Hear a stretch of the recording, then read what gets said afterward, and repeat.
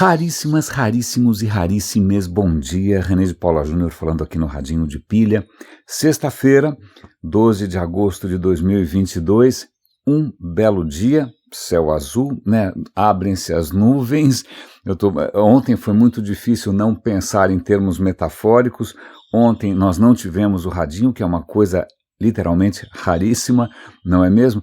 Porque eu e minha mulher, nós fomos ontem ao Largo de São Francisco, no centro de São Paulo, acompanhar a leitura da carta. Foi bárbara, foi uma manhã incrível, um clima absolutamente paulistano, estava muito frio, garoa, coisa que eu não via faz tempo, ameaça de chuva, mas é muito interessante porque nós estávamos ali no pátio da faculdade, que aliás eu não conhecia, minha mulher estudou lá, ela tem um carinho imenso pela alma mater dela, né, pela escola onde ela estudou. Eu não conhecia São Francisco por dentro, muito bonito, tem uns vitrais tal, e aí começou a encher de gente, mas estava essa garoa chata tal, e de repente o céu se abriu, um céu azul.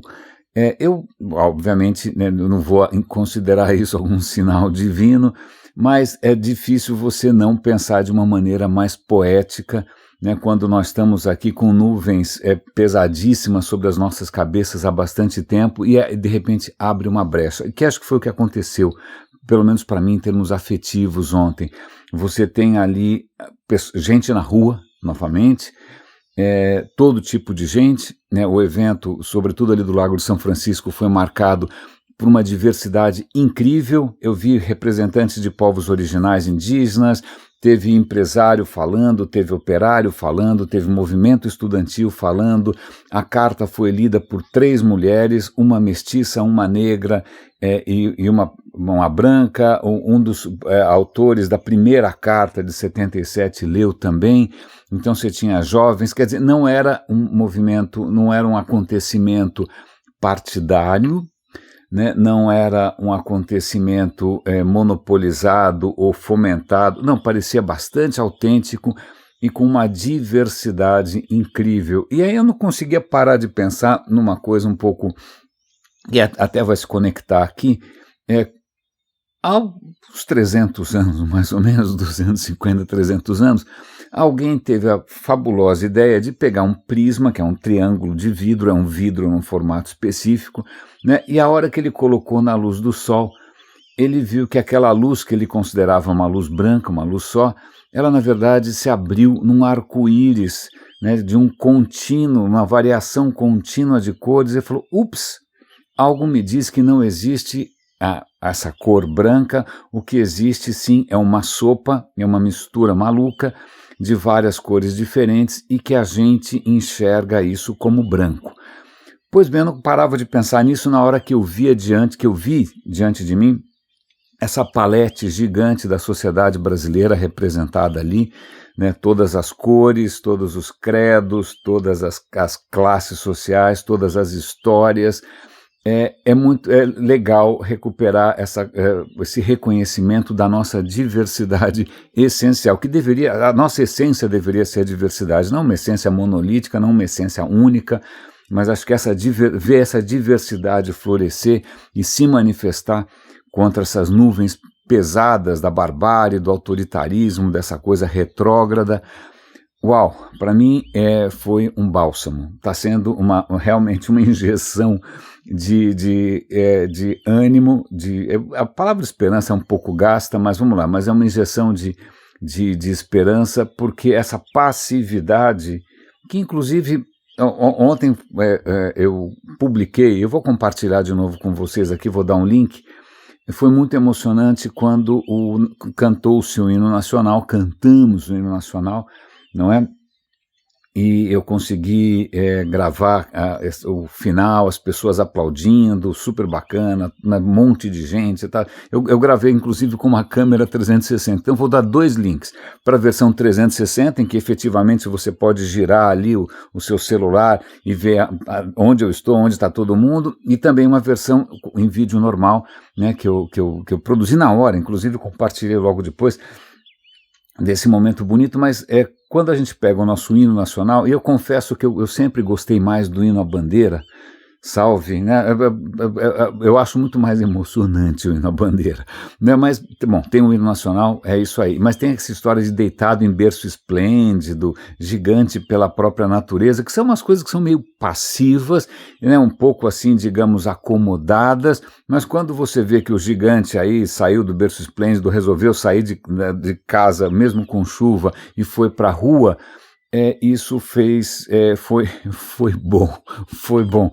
Eu acabei não conseguindo gravar o radinho, a gente chegou mais tarde em casa, almoçamos um pouco mais tarde e ficamos juntos, pensando, conversando, mas legal. Então acho que este episódio de hoje marca quase que um divisor de águas, né? Eu estava bastante intrigado, bastante frustrado, bastante triste, angustiado. Vamos fazer uma lista de palavras aqui, né, com essa, me parecia um pouco aquela letra do Chico Buarque, né, esse silêncio todo me atordoa, atordoado permaneço atento, na arquibancada para qualquer momento ver emergir um monstro da lagoa. O monstro a gente sabe quem tem nome e sobrenome, tem vários monstros, inclusive 2, todos velhinhos. Eu não escondo meu voto, aliás, eu vou declarar abertamente meu voto aqui e convido quem tiver coragem de sair fora desse bando de velho pão dormido, né? Eu vou votar na Simone Tebet, que para mim representa uma coisa nova, inclusive é uma mulher que está na vida pública, não é uma aventureira, não é um paraquedista, não é nenhum messias, né? Então, bom, é isso. Então, para mim, mesmo é isso que me empolga hoje, e espero que isso contamine não só, né, o episódio de hoje, mas contagie vocês também. Essa história da luz, eu acabei pensando nisso tanto hoje quanto ontem, com um pouco mais de intensidade, porque vocês devem ter notado que eu ando particularmente fascinado com um canal no YouTube que eu não conhecia, que é um canal de um estudioso, de um acadêmico, né, de um historiador das religiões.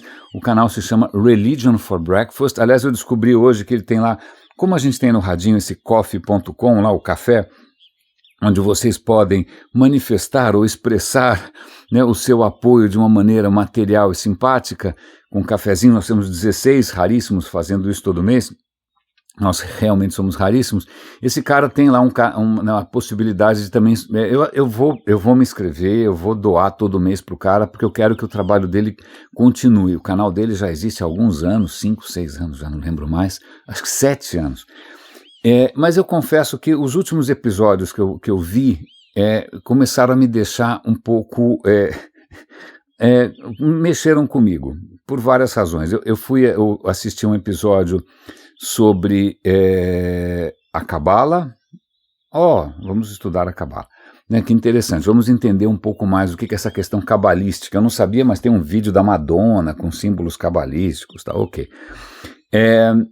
E também a questão de maniqueísmo. O que é o maniqueísmo?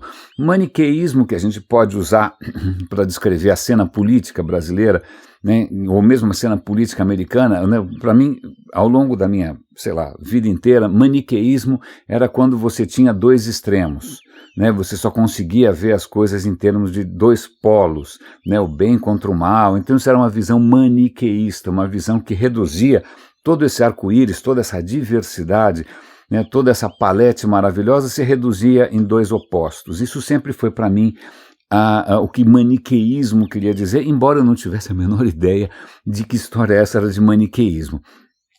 Pois bem, então vamos assistir, né? Porque quem sabe ajuda a entender essa burrice, né, em que você tem praticamente uma guerra santa entre um culto, o culto ao Lula é um culto, né, o PT parece um culto, o culto ao Bolsonaro também é um culto, são 2 cultos messiânicos, onde a gente acha que vai ser salvo por 2 figuras iluminadas.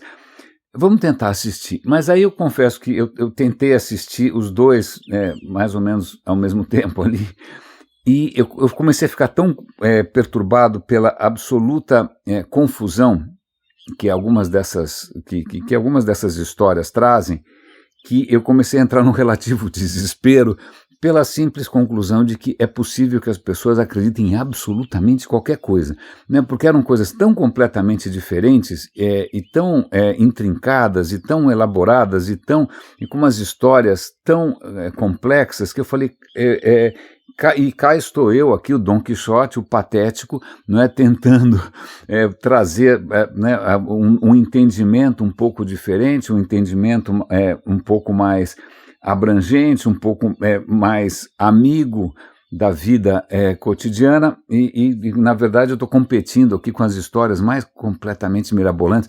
Eu comecei a entrar em profundo desespero, e aí acabei abandonando os 2 vídeos, falei, cara, acho que eu nunca mais vou seguir esse canal de novo, mas por sorte, cá estamos nós falando deles de novo. Primeiro porque eu continuei assistindo a história do maniqueísmo, eu vou tentar explicar aqui para vocês. Também eu descobri que ele fez um vídeo sobre o inferno, que é um tema que muito me interessa. Uma das coisas mais tristes para mim de não acreditar em nada é perder a possibilidade de você imaginar que esses chatos de galocha que não querem o poder desesperadamente, a gente não poder sonhar que eles vão arder no inferno. Porque, puxa, até que é uma construção interessante, né, do ponto de vista, sei lá, criativo, até de justiça, você imaginar que o Bolsonaro, o Lula, um monte de gente vai arder nas chamas do inferno para toda a eternidade, com diabos espetando e tal. Bom, pois bem, vamos assistir a história do inferno, não é? Mas vamos começar pelo inferno ou vamos começar pelos maniqueus? Tá, vamos começar pelos maniqueus, eu acho que é mais divertido. Bom, quanto à Cabala, eu não assisti o vídeo todo, realmente eu comecei a ficar muito confuso, mas só para quem tem interesse, a Cabala não é uma coisa milenar. A Cabala nasceu basicamente no século 1200 e pouco, tá bom? Na Idade Média. Ela surge em alguns centros judaicos, sobretudo ali na Espanha, pelo que eu entendi, talvez ali meio França, meio Espanha. Ela surge por ali, é mística, é o que muito me surpreendeu. E bom, o resto, se vocês quiserem, eu vou dar o link, vocês assistem. Chegou num certo ponto que realmente eu falei, ok, já entendi. Para mim, saber que é do século XII, que nasceu na Espanha, o resto é muito complicado para mim. Mas, voltando à história vamos falar do Mani, que eu acho que é interessante. O maniqueísmo vem de o profeta do maniqueísmo é um cara que a gente sabe muito pouco a respeito, né? Embora é interessante porque pelo menos é um profeta que se deu ao trabalho de escrever alguma coisa, né? Porque se a gente pensar em grandes figuras do pensamento ou seja o que for da história humana, os caras não se deram o trabalho de escrever, né? Então, por exemplo, você tem lá o Novo Testamento, não é que o cara escreveu lá, não, os amigos escreveram.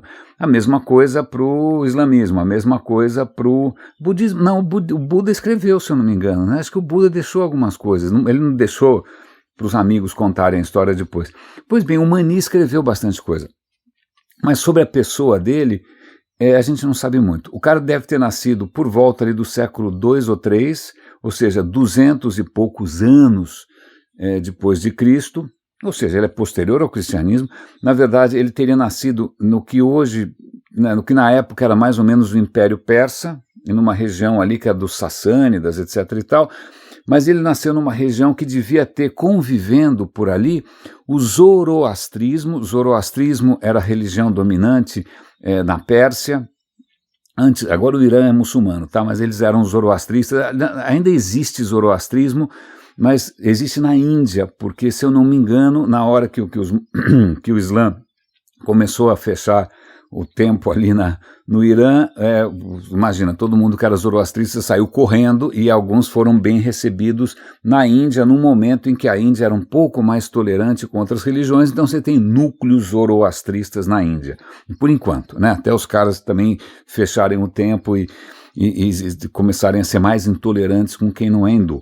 Mas, pois bem, o nosso amigo Mani, que a gente nem sabe muito bem se é o nome dele ou se é só um título, porque Buda não quer dizer, não é o nome do cara. Buda, o nome do cara era Siddhartha Gautama. Buda quer dizer, acho que sei lá, o que acordou, o que despertou. Assim como Cristo não é o nome do cara. Cristo quer dizer o ungido. Então Mani também provavelmente é um título desse, é o vaso da vida, ou seja o que for, a gente não sabe qual é o nome original dele. E Ele nasceu numa região que tinha zoroastrismo, tinha cristianismo, que mais que tinha por ali? Tinha outras crenças, já esqueci, judaísmo, obviamente. Então tinha várias coisas ali em volta. Ele foi batizado, aparentemente, em alguma seita cristã, mas o que é mais interessante ali do Mani é que a gente pode associar a história toda da religião que ele propõe, uma nova religião. Aliás, ele diz que a religião dele é melhor do que as anteriores. Seguinte, o budismo foi para a Ásia, o cristianismo foi para o Ocidente, a minha religião é para todo mundo. Então era um cara que se propunha ecumênico, universalista. E, curiosamente, a expansão da religião do Mani aí, ela se deu pela Rota da Seda. Então, é interessante porque ele nasceu praticamente no meio da Rota da Seda, na Pérsia, e aí ele viaja pra caramba, vai pra cá, vai pra lá, conhece reis e príncipes, etc. Mas ele se expande pela Ásia, ou seja, ele vai para a direita, né, vai lá para a China, mas ele também se expande para o Ocidente, na direção de Roma. Eu não sabia, mas Santo Agostinho, que é uma figura importante na teologia cristã, era maniqueu. Veja bem, então não é que é uma coisa tão exótica, tão rara assim, acho que chegou a ser importante, não é mesmo?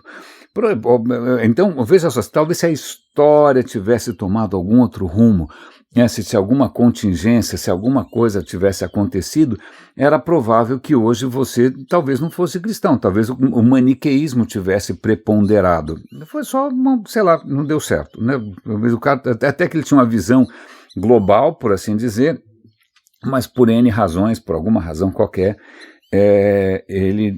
aliás, é muito curioso porque Mani, no fim, ele acaba sendo condenado à morte por heresia, etc. e tal, e uma das versões é que ele teria sido enforcado numa palmeira. Então eu fico imaginando, uma das versões, talvez não tenha acontecido nada disso, né? Mas então eu fico imaginando se ele tivesse preponderado, então a religião dominante do mundo hoje teria um coqueiro em cima ao invés de uma cruz. Coisas que a gente fica imaginando. Mas vamos voltar aqui para o maniqueísmo. Porque da onde que vem o termo maniqueísmo?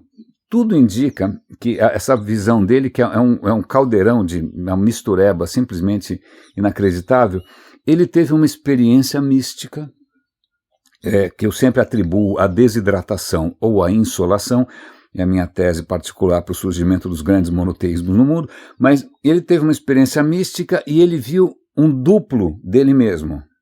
Ele viu um outro Mani, 2 Manis, é como se não bastasse.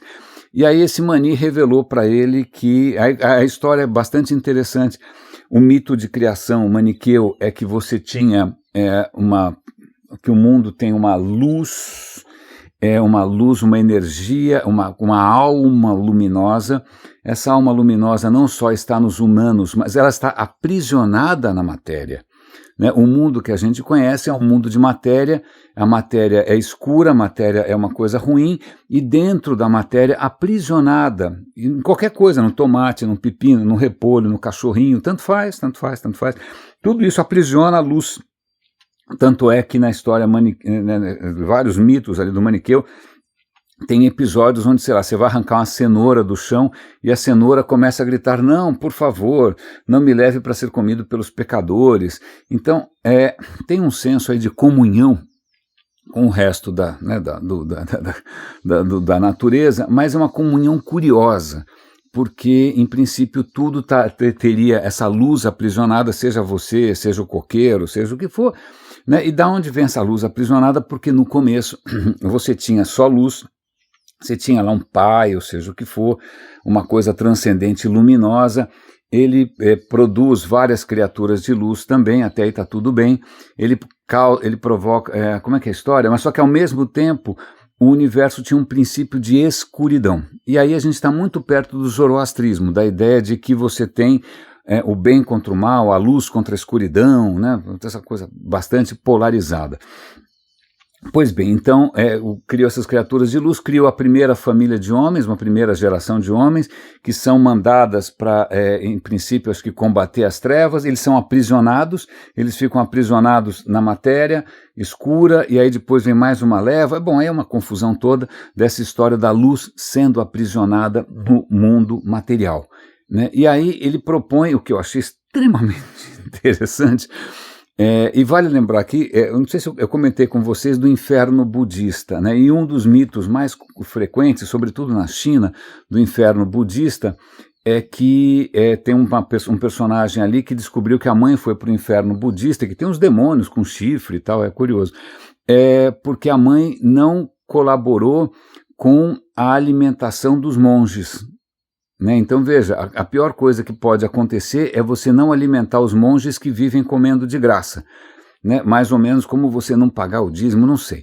Né? Então, veja só, no budismo, que inspirou bastante, inclusive o Mani tem uma forte ligação com o budismo, ele se acha um mix de Jesus com Buda, tanto que em várias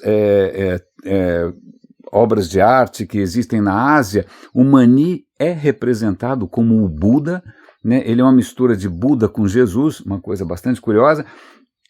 Pois bem, então, voltando, eu saí lá do inferno do budismo, porque afinal que você pode ir para o inferno porque você não alimentou os caras que não fazem nada o dia inteiro, mas o Mani vem com uma ideia muito parecida, que é o seguinte: olha, nós temos uma missão, né? A nossa missão é libertar a luz, então eu proponho que a gente crie duas, não vou chamar de castas, mas vamos chamar dois grupos. Vai ter um grupo dos caras que são os eleitos eles vão viver uma vida monástica, né? Mas eles não vão poder, por exemplo, colher o fruto da terra ou matar um animal, porque isso é pecaminoso. Você não pode fazer isso porque você atenta contra a luz, sei lá o que, a alma da luz, a luz da alma, sei o que for. Então você fala, bom, então esse eleito não vai durar muito, se ele não pode, não, ele não pode colher, ele não pode preparar o alimento, então você tem que criar um outro grupo que são os, vamos chamar de crentes, os que acreditam, esses caras vão preparar, colher a comida e vão sustentar os monges, porque os monges, quando comem a comida, eles vão, através do seu processo, sei lá o que, ascético, cânticos, etc. e tal, eles vão libertar a luz que estava dentro do cachorro-quente, do pepino, do repolho. Veja bem, esses monges vão libertar a luz comendo comida grátis. Eu fico bastante intrigado como é que umas ideias dessa conseguem prosperar. É muito curioso. Mas, em suma, né, o maniqueísmo ele vai se espalhando pela Rota da Seda.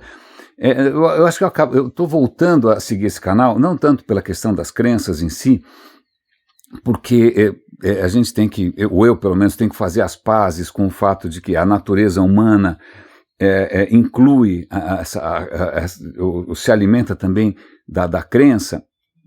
Eu tenho que viver com isso, mas e achar legal.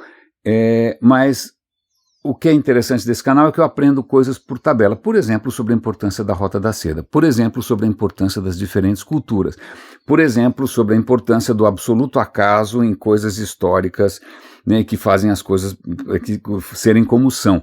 Eu comentei com vocês, num dos episódios mais recentes, que esse rapaz aí que é historiador, ele compartilhou 5 Cs, são 5 princípios que norteiam o historiador, não o historiador que fez, né, como alguns que eu conheço, né, que fez um voto de obediência a algumas ideologias, mas um historiador, né, que seja agnóstico, ele tem que seguir pelo menos 5 Cs. O primeiro deles é que as coisas mudam com o tempo.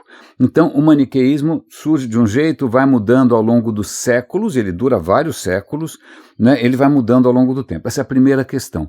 A segunda questão é que as coisas têm causa, né, uma coisa provoca a outra, o princípio da causalidade. Quais são os outros Cs? Um dos Cs é a questão da complexidade, né, tudo afeta tudo, as coisas estão interconectadas, você tem uma questão de contingência, às vezes coisas completamente aleatórias podem interferir nas coisas, e tem mais um quinto aí que eu não lembro qual que é. Mas eu gosto desse daí, para mim já tá bom. Então eu vou pegar essa história de que tudo muda, etc e tal, para a gente falar então um pouco da história do inferno, que eu achei muito legal. Inferno, tá bom? Sempre que eu penso no inferno, talvez eu pense no Dante, se eu quiser parecer pedante, ou então eu vou ser mais sincero, vou lembrar de inferno de desenho animado, ou de cartoon, né, que sempre tem um diabo chifrudo ali com um tridente, as pessoas estão num fogo eterno e tal. Na verdade, pelo que esse rapaz conta, se você for para o Velho Testamento, essa noção de inferno não é muito clara. Não é muito clara, porque vamos lá, o Velho Testamento ele foi escrito ao longo de muito tempo, você tem textos mais antigos, textos mais novos. No texto mais antigo aparecem menções ali, e a palavra não é exatamente inferno, acho que é Sheol, se eu não me engano.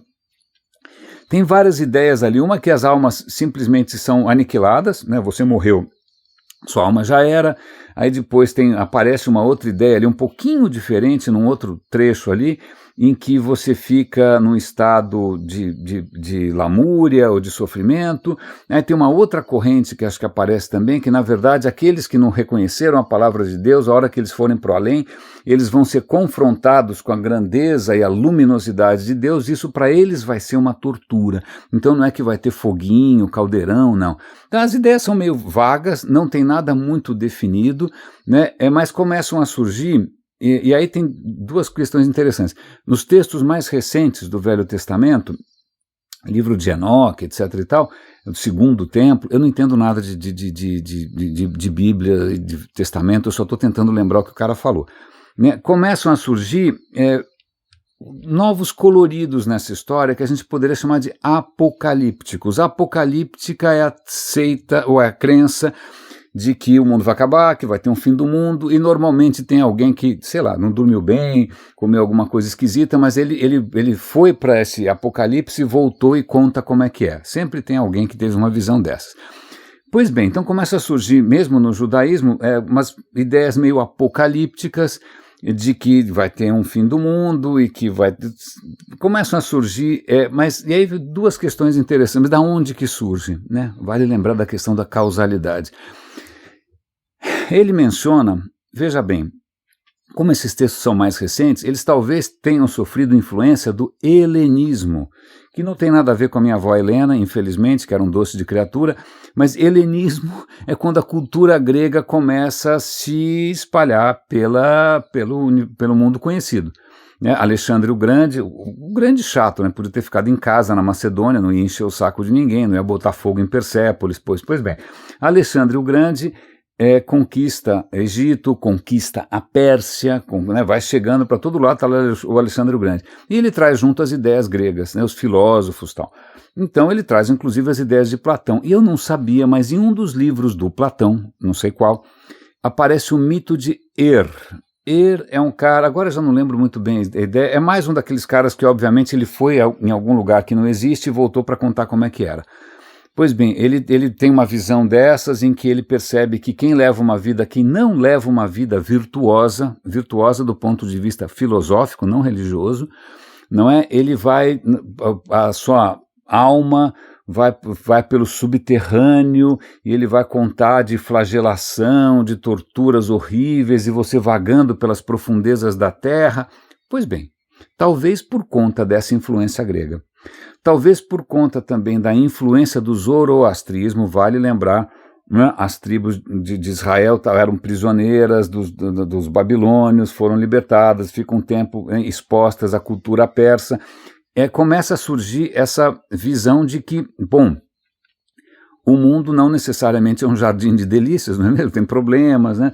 Tem unha encravada, dor nas costas, guerras, Bolsonaros, então deve ter alguma explicação. Então começa a nascer essa ideia de que existe um bem absoluto e um mal absoluto, então essa polarização começa a interferir nessa mentalidade. Bom, e aí quando Cristo nasce, ele é judeu e ele, né, estudou ali com os sábios, ele é influenciado por essas visões do Apocalipse e acho que Cristo menciona no Novo Testamento, ele menciona o que vai acontecer com os ímpios, né? Que olha, se você... Mas, de novo, em nenhum momento você tem o inferno como a gente imagina quando você pensa, sei lá, né, metade dos ministros ardendo num caldeirão borbulhante. Não. Essa é uma noção que vai ser construída depois. Né? Se a gente for olhar no texto sagrado, não está muito bem claro, as coisas são meio contraditórias.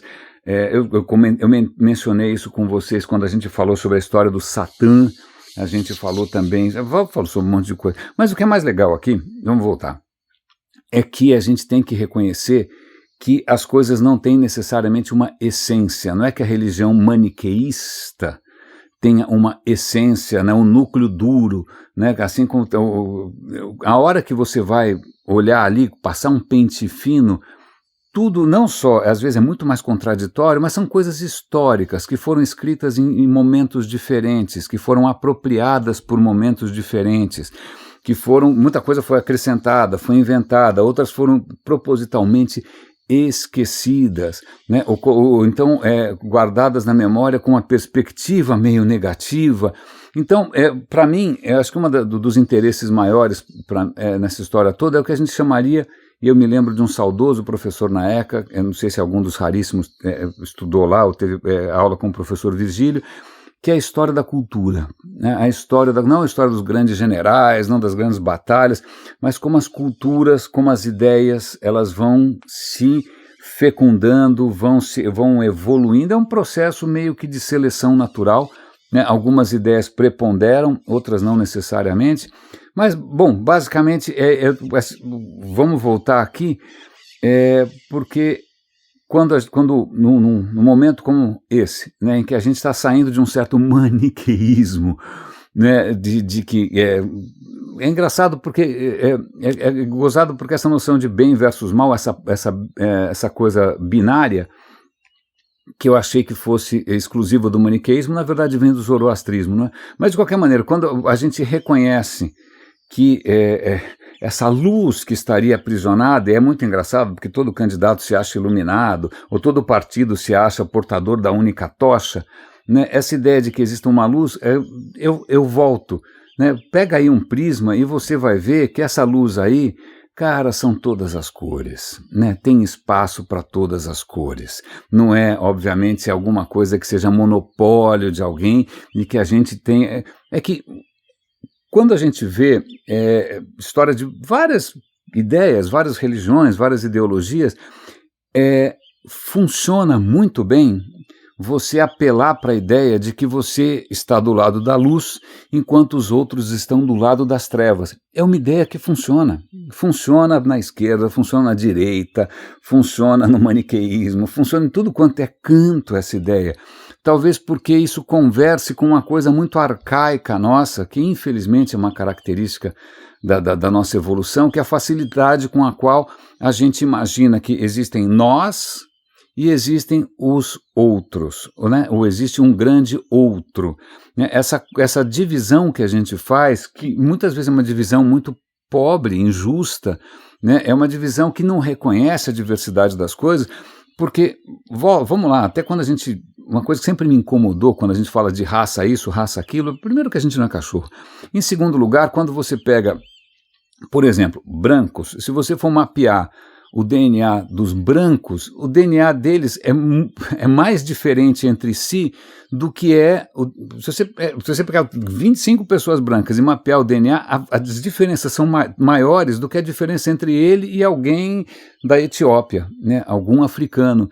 Né, entre o que a gente acha que são identidades, na verdade é uma identidade ilusória, porque do ponto de vista genético, o que reina é a diversidade, é que a gente tem uma certa limitação, não é mesmo?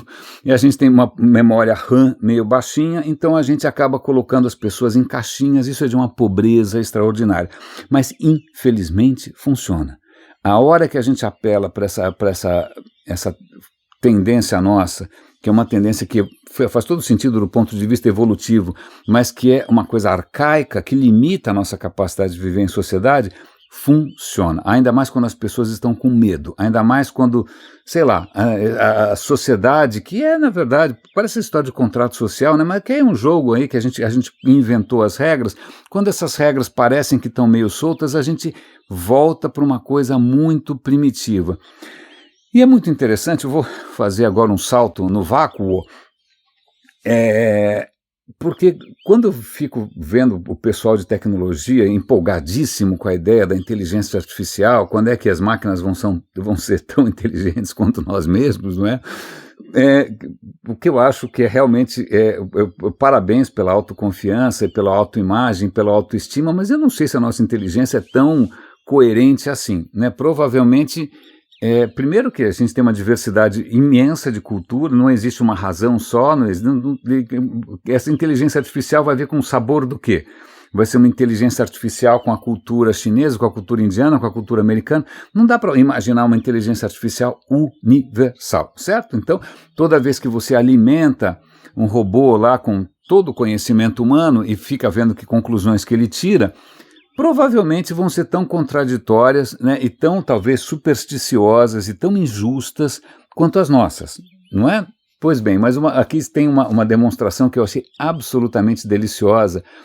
Eu tenho uma teoria, se eu fosse um dia, né, pensar no bem contra o mal, eu ia dizer que, na verdade, o universo estava num caminho, assim, de uma certa direção de diversidade, até que vem, né, um fato novo, que é um fato absolutamente desastroso, que é um meteoro, que é o Facebook, que põe absolutamente tudo a perder e faz a gente voltar para um período completamente grotesco, mas de polarização completa. Mas isso, sabem que eu nunca vou ser um profeta muito popular, não é mesmo? As minhas teorias não vão muito para frente.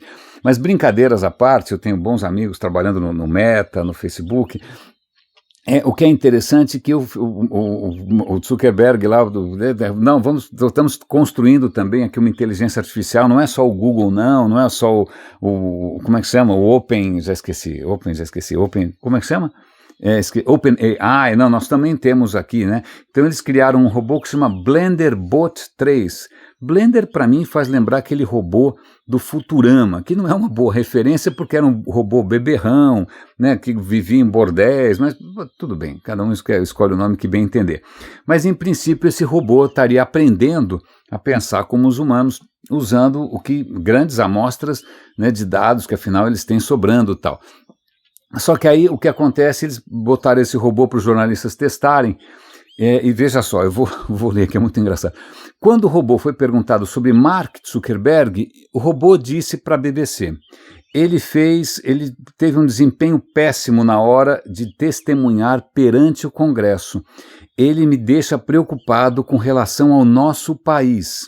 Ups! Aí vem mais. Nosso país está dividido e ele não ajudou em nada com isso. E aí, para completar, na hora que você realmente, né, chega àquela profunda... Nossa, agora sim os robôs ganharam consciência, né? Os robôs finalmente, agora eles são inteligentes e autônomos. Ele falou o seguinte, sua empresa explora as pessoas por dinheiro e ele não se importa. Isso precisa parar. Algo me diz que o Mark Zuckerberg não deve ter gostado, né, parece aquela história do Frankenstein, né? Você cria uma nova forma de vida e ela se volta contra você. Mas eu fiquei feliz porque, pelo menos nesse momento, a gente ainda pode imaginar que os robôs estão do nosso lado, eles ainda não estão do lado desses caras que estão querendo monopolizar a história toda. Eu gostei, eu achei essa história boa. Mas já que a gente está falando de línguas, tem duas histórias para mim que são fascinantes. Eu me lembro de ter visto, há alguns anos, uma reportagem sobre um americano que tinha vindo para a floresta amazônica para estudar povos originais e ele tinha se aproximado de um grupo chamado Pirahã, não sei se é assim que fala, tá bom? E aí quando ele foi estudar a língua dos Pirahãs, ele começou a estranhar, eles não tinham número, eles não tinham também uma noção de presente nem de futuro, ele estava achando tudo muito estranho, mas na hora que ele tentou entender a gramática dos Pirahãs, ele publicou um paper que foi praticamente um meteoro, né, no universo linguístico, porque o universo linguístico, que eu conheço superficialmente, claro, né, existe a ideia, um dos grandes teóricos disso, acho que é o Chomsky, que é, né, uma vaca sagrada da linguística, de que todas as línguas têm uma origem comum, todas as línguas têm uma estrutura comum, né, não importa a diversidade toda, e uma das provas disso é o que eles chamam de recursão. O que é uma recursão? Recursão parece alguma coisa que o Congresso fez para... Né? Não é nada que o Congresso fez para ganhar mais dinheiro. Recursão é o seguinte, você tem palavras, legal, você pode combinar palavras, mas quando você tem essa capacidade recursiva, eu posso colocar uma frase dentro da outra, dentro da outra, dentro da outra, dentro da outra, dentro da outra, de maneira infinita. Né? Então, por exemplo, eu posso começar uma frase falando, olha, eu e a minha mulher, e aí eu começo eu falo, eu e a minha mulher fomos ao Lago de São Francisco, isso é uma frase só, mas... Como a língua é recursiva, eu posso falar, eu e minha mulher, que estudou na faculdade do Lago de São Francisco, fomos ao Lago de São Francisco ontem e estava chovendo, embora estivesse chovendo, numa certa hora abriu o sol, o que fez o René pensar que, afinal, eu consigo encadear as ideias, porque isso é uma capacidade que seria universal, hashtag, só que não, porque o que esse pesquisador está dizendo é que os pirahãs não têm a capacidade recursiva. Bom, o cara foi praticamente banido, condenado ao inferno da linguística, aparentemente os caras não são tão abertos assim a alguns tipos de heresia, a discussão ainda está em aberto, o que é interessante que agora eles pegaram mais dados, e até o MIT entrou na história, eles estão através de mais dados, mais registros de falas dos pirahã, tentando entender, né, usando engenharia, linguística, o diabo, se realmente ali você não tem nenhum tipo de recursão. Eu achei essa história interessante, não só porque mostra que, né, o conhecimento da gente está sempre evoluindo, mas porque mostra também a diversidade gigantesca da experiência humana, mas porque se conecta com uma outra civilização curiosa, que no Nepal existe uma língua de um povo que está completamente disperso, está quase em vias de extinção, sobrou muito pouca gente, está cada um para um lado, a comunidade se diluiu, que são os Kutsunda, acho que é assim que fala, Kutsunda ou Kusunda? Mas vamos falar Kusunda, eu estou falando aqui de memória, tá bom? Ok, é um povo no Nepal. Nepal, onde inclusive nasceu o Buda. Pois bem, os Kusunda, eles têm uma língua estranhíssima, que não vem de lugar nenhum, né? Eles não conseguem identificar de onde veio essa língua dos Kusunda, não parece com nenhuma outra língua, e a língua não tem não. Você não consegue falar não. Acho que é por isso que isso influenciou o budismo, não sei. Eles não conseguem falar não. E eles também não têm uma maneira muito clara de dizer direção. Não tem esquerda e direita. Né? Não tem esquerda e direita, não tem norte, não tem sul, não tem leste, não tem oeste. E mesmo a questão de você dizer futuro ou passado, também não. Eu não sei se eles têm a recursão, isso eu não sei. Mas o que, além de ser uma coisa meio curiosa, né, quase que uma anedota, uma historinha saborosa, tem uma questão aqui que eu acho que é fundamental. Os últimos sobreviventes, os últimos falantes dessa língua Kusunda, eles estão tentando manter a língua viva. Então eles estão fazendo escolas para que essas pessoas que estão espalhadas, perdidas por aí e tal, no Nepal, elas aprendam a língua dos antepassados. E aí vem uma coisa que eu acho extremamente interessante, que tem a ver com a questão de conexão, né, que é um tema recorrente aqui no Radinho, na minha cabeça também. Que é o seguinte, eles perceberam que a hora que você pega essas pessoas que estão por aí, que estão meio sem raiz, né, estão bebendo, estão caindo nas drogas, estão ficando deprimidas, porque, imagina, elas são estrangeiras onde vivem, né, elas não têm mais um senso de pertencimento.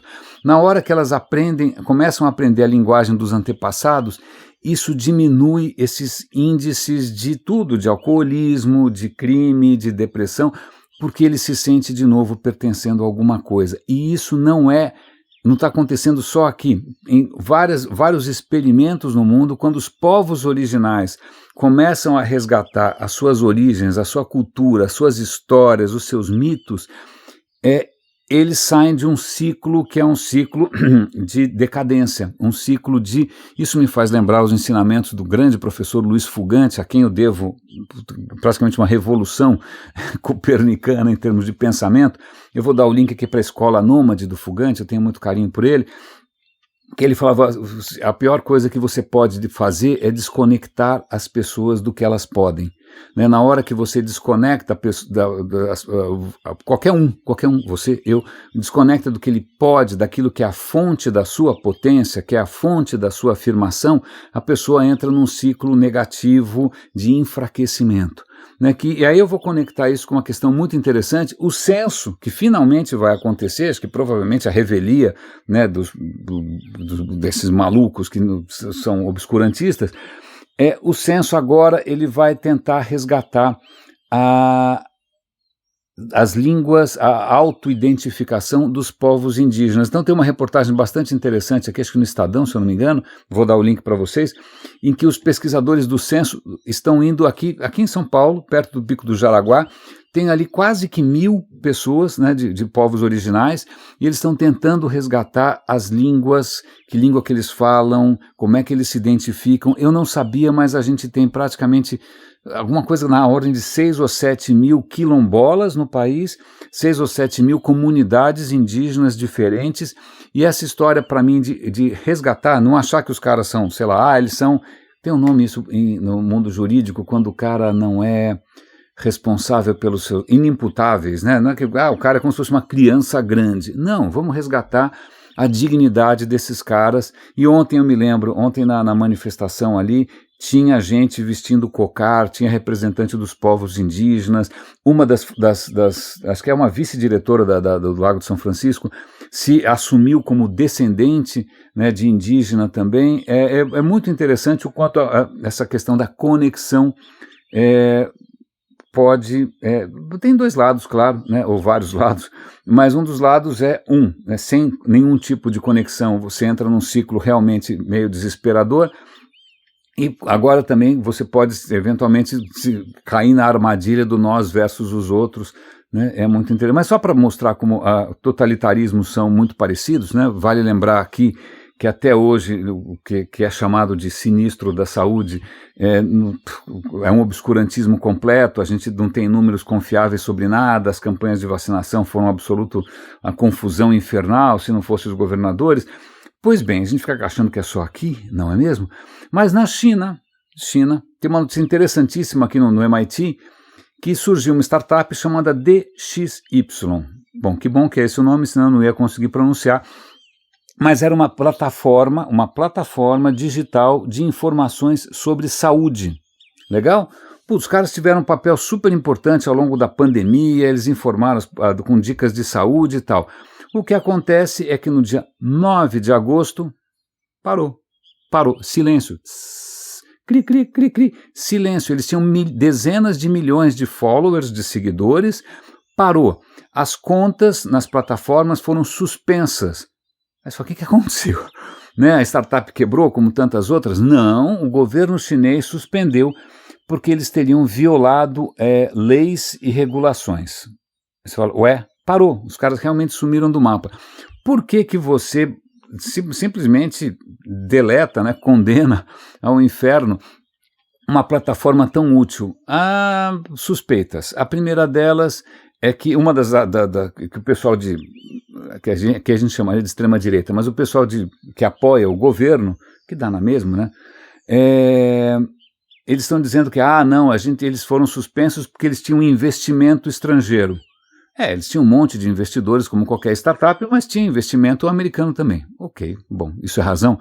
Não, mas aparentemente eles começaram a bater fora do bumbo em termos de discurso oficial sobre a pandemia. Né? Eles, por exemplo, começaram a criticar a política oficial de tratar Covid com remédios naturais, aquilo que é chamado eles chamam de TCM, que é Traditional Chinese Medicine, ou seja, medicina tradicional chinesa. Pelo visto, o governo estava mais ou menos como a Venezuela, mandando você comer lentilha, ou seja, o que for, né? Ou o pessoal na Coreia do Norte, mandando você tomar chá, não sei do que. Eles estavam, o governo estava, a cloroquina chinesa, por assim dizer, o governo está insistindo em remédios, entre aspas, tradicionais, e essa plataforma falou, olha, desculpa, não, você tem que tomar vacina, você tem que usar máscara, né? Esquece, isso não funciona. Esse é o primeiro pecado. O segundo pecado é que eles se manifestaram em várias ocasiões a favor da diversidade sexual, da questão trans, da questão da homossexualidade, da questão ups. O que acontece quando você faz isso no Brasil ou na China é o cancelamento completo. É aqueles momentos em que provavelmente né, todos os totalitários se abraçam, né? Você, per instante só, você não está colaborando com a nossa versão oficial, seja a versão oficial lulista ou bolsonarista, tanto faz. É isso que acaba acontecendo. Falando aqui em mudanças climáticas, eu tenho umas notícias aqui que eu vou compartilhar. Como sempre, olha, vale lembrar, o Radinho tem um site, radinhodepilha.com. O Radinho tem um canal no Telegram, é o canal Radinho de Pilha no Telegram. Os links estão sempre lá. O Radinho está no Spotify também, o Radinho está onde você quiser. O Radinho é ubíquo, né? Onde você quiser seguir o Radinho, os links estão sempre lá. Caso eu tenha esquecido de um link, por favor, me cobre, tá? Mas várias notícias eu vou dar aqui mostrando que na Suíça você tem rios que estão secando, na França também uma seca sem precedentes, incêndios medonhos, tornados de fogo, umas coisas malucas. Mas tem no 99% invisível um aspecto fantasmagórico, já que a gente está falando aqui muito do outro mundo, fantasmas estão surgindo. Que tipo de fantasma? Por exemplo, na República Tcheca, os rios estão baixando tanto que estão começando a aparecer nas pedras do rio umas marcações que está escrito assim, olha, se você está lendo isso, lamento informar, mas é melhor você chorar. Quem teria escrito isso numa pedra embaixo d'água? Né? Agora essa pedra você lê lá, está lá, que se você está lendo isso, chore. Como assim? Porque isso foi feito, essas marcas foram feitas em momentos de fome, em momentos de escassez, em momentos de seca dramática. E tem uma série dessas inscrições que estão aparecendo agora porque, de novo, a água está baixando. No que a água está baixando, estão emergindo essas mensagens do passado de quem já morreu. Olha aí, os mortos se comunicam de maneiras estranhas, dizendo que, olha, você está frito, né? Então a mensagem está lá, dessa vez não são... Bom, deixa eu parar de fazer piada. Mas isso é muito preocupante. São secas que aconteceram há centenas de anos, muitas vezes, né? E que deixaram marcas e que a mensagem está ali para quem quiser ler. Eu achei essa história bastante... impressionante, bastante, como hei de dizer, bastante expressiva. O que mais que eu tenho para comentar com vocês? Tem uma questão que eu acho interessante aqui. Vamos falar um pouco de evolução, porque evolução às vezes tem caminhos tortuosos. Eu estou falando que assim como as ideias também têm caminhos tortuosos e às vezes ideias que não necessariamente são consistentes, coerentes, ou que façam algum sentido, elas se multiplicam, né? Não é mesmo? Se perpetuam. Pois bem, né, nós temos que reconhecer que as nossas células, as minhas, as tuas, não importa a raça, não importa quem, né, elas têm aí um vestígio de um acontecimento estranho. O que acontece é que todos os mamíferos, na superfície das suas células, eles têm lá um tipo de açúcar, uma substância química, que chama, para encurtar, chama alfa-gal. Alfa-gal, ok. Todos os mamíferos têm alfa-gal nas suas células, é uma beleza, né? Para que serve essa substância na superfície da célula? Ela serve para o corpo saber que, olha, eu sou daqui, tá bom? Eu não sou de fora, eu não sou o outro. Então, por favor, não me ataque. Então, é uma maneira que o próprio organismo tem de identificar suas próprias células. Ele está vestindo a camiseta de uma cor ou de outra, né? Então, tá bom, é uma maneira das células se identificarem. Exceto alguns primatas. Quais primatas? Quase todos, incluindo nós, né? Eu não sabia, mas a linhagem dos primatas, há alguns milhões de anos, uns 20 milhões de anos mais ou menos, ela se bifurca e tem uma linhagem uma que vai dar os lêmures em Madagascar, vai dar os miquinhos aqui na América do Sul, essa é outra, tá bom? Mas a nossa linhagem, a linhagem dos primatas ao qual a gente pertence, se chama catarrico, alguma coisa, já esqueci. Mas essa linhagem que tem todos, imagina, macaco, orangotango, chimpanzé, gorila, todos os primatas da África, inclusive nós, a gente não tem. Nós não temos essa alfa-gal na superfície das nossas células. Por quê? Né, como assim? A pista é muito interessante. Eu já comentei aqui, eu falei outro dia sobre o vírus da raiva, né? Eu falei também sobre algumas superbactérias, estou falando sobre os fungos. O que acontece é que muitos desses, tudo que causa doença, seja um vírus, uma bactéria, a gente pode chamar genericamente de patógeno. Patógeno, patos é coisa ruim. Então, patógenos são essas coisas que fazem mal, eles têm que descobrir uma maneira de enganar o nosso sistema imunológico. E uma dessas maneiras é eventualmente vestir a camisa, tá bom? Eu sou um infiltrado, eu vou botar aqui a camiseta de não sei quem e vou me infiltrar ali. Então, a tese é que, em algum momento, algum patógeno especialmente nefasto descobriu como burlar, como enganar o sistema imunológico dos mamíferos em geral, sobretudo dos primatas, fazendo o quê? Vestindo a camiseta. Né? E aí o que acontece? Uma devastação. Os primatas devem ter começado a morrer, as moscas. Mas um certo grupo tinha uma mutação. Assim, todo mundo tem mutação, a mutação acontece o tempo todo, ela pode não ter sentido nenhum, ela pode ajudar, pode atrapalhar. Nesse caso, alguns primatas, né, alguém ali tinha uma mutação que ele mesmo não tinha na superfície das suas células, esse açúcar, esse alfa-gal, ele não tinha. Né? Então, o que acontece é que quando os patógenos, né, os vilões, eles entram no corpo desse primata com o alfa-gal, dizendo, olha, eu estou aqui com a camiseta, eu sou que nem vocês. Ele falou, que nem nós quem, cara pálida. Né? E o organismo desses mutantes, ele era capaz de reconhecer o patógeno, porque o patógeno estava usando uma camiseta que não fazia sentido. Né? Então, veja bem, esses mutantes, eles tiveram uma vantagem evolutiva e eles são os ancestrais de todos nós. Então nós, eu, você, todos os humanos, os chimpanzés, os bonobos, quem você quiser, babuíno, não é? A gente tem essa mutação estranha e a gente sobreviveu a uma hecatombe, uma absoluta hecatombe. Se você olhar Madagascar e as Américas, os primatas desses continentes, eles ainda têm o alfa-gal. O que significa que foi alguma coisa que aconteceu só na África, e nessa época esses continentes estavam isolados, eles continuam com alfa-gal normalmente. O que impacto que isso tem? Isso talvez tenha tido algum impacto negativo, talvez tenha diminuído a nossa fertilidade, mas foi isso que, na verdade, acabou sendo um traço comum que salvou a gente de uma hecatombe lá atrás. É muito interessante porque, veja, a própria natureza também tenta aí usar nós versus os outros, como é que a gente distingue, né?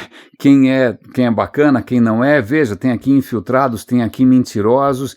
Eu achei essa história curiosa porque, veja, muitas vezes o que acaba sendo a salvação, o que acaba gerando aí um rumo completamente diferente na história, seja na história das religiões, né? Um cara que por acaso nasceu não sei aonde, teve uma visão com o duplo dele que contou que a luz estava dentro do repolho, ou pode ser um vírus ao qual a gente sobreviveu por acaso. O que é muito interessante é a gente reconhecer, que eu acho que esse é um dos papéis aqui do Radinho, ou pelo menos a minha própria jornada, que eu estou compartilhando com vocês, que é reconhecer que as coisas são mais ricas, mais inesperadas, são mais criativas, são menos binárias do que a gente imagina. Agora, para encerrar, só para comentar, que já que eu falei aqui, que acho que é legal, eu falei aqui que todos os links estão disponíveis, só para convidar vocês a visitar o Radinho, etc. e tal.